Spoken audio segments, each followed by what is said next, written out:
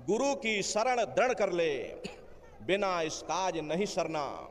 प्रेमी भाई बहनों, हमें ये मालूम हो चुका है वो परमात्मा कहीं बाहर नहीं, तुम्हारी देह तुम्हारे वजूद के अंदर विराजमान है। हमें ये भी मालूम हो चुका कि हमें अपने फैले हुए ख्याल को 9 द्वारों से समेट करके यहाँ 10वें द्वार पर एकाग्र करना है। फिर ख्याल को शब्द के साथ जोड़ करके मंजिल दर मंजिल, मुकाम दर मुकाम अपने घर वापस पहुँचना है।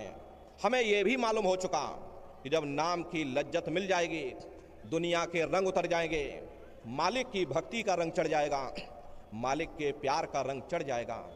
लेकिन मन में कभी कभी ख्याल आता है कि महात्माओं ने इतने बड़े बड़े धर्म ग्रंथ बनाए, इतनी बड़ी बड़ी किताबों को बनाया, क्या हम उन किताबों को पढ़ करके, क्या हम उन पुस्तकों को पढ़ करके, क्या हम उस परमात्मा को प्राप्त नहीं कर सकते? बड़ी सीधी सी बात है कि अगर खाना बनाने की किताब सारी उम्र बैठ करके आप पढ़ते रहोगे तो कभी तुम्हारा पेट नहीं भर सकता। जब तक आप खाना बनाओगे नहीं, उसे स्वयं खाओगे नहीं, कभी तुम्हारा पेट नहीं भर सकता।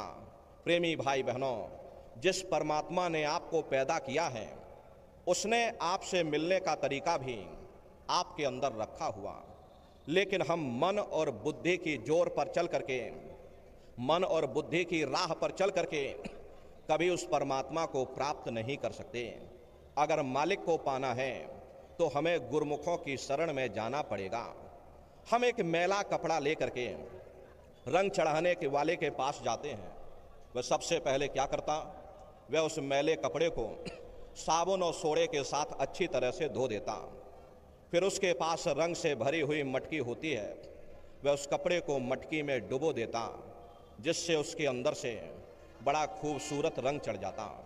ठीक उसी प्रकार से हमारा आपका ये मन दुनिया की काई में, दुनिया के रंग में रंगा हुआ है।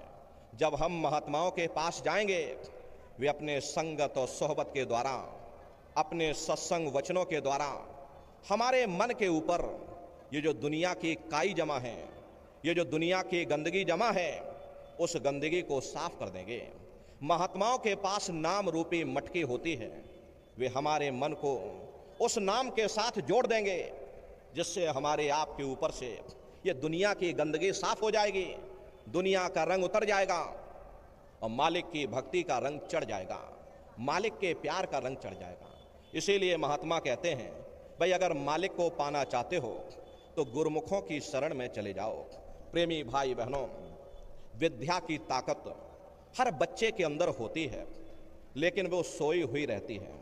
लेकिन जब बच्चा स्कूल कॉलेज में जाता है, अपने गुरुजनों का कहना मानता है, उनका आदर सत्कार करता है, रात को जाग जाग करके मेहनत करता है, वह सोई हुई ताकत जाग जाती है।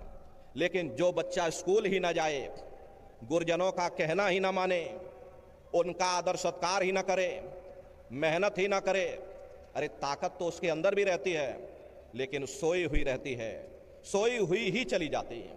हमें उस मालिक की भक्ति मन के पीछे लग करके नहीं, बल्कि जिस राह पर गुरु हमको चलाएं, उस राह पर चल करके करनी चाहिए। इसीलिए महात्मा कहते हैं कि भाई गुरु की शरण दृढ़ कर ले, बिना इस काज नहीं सरना।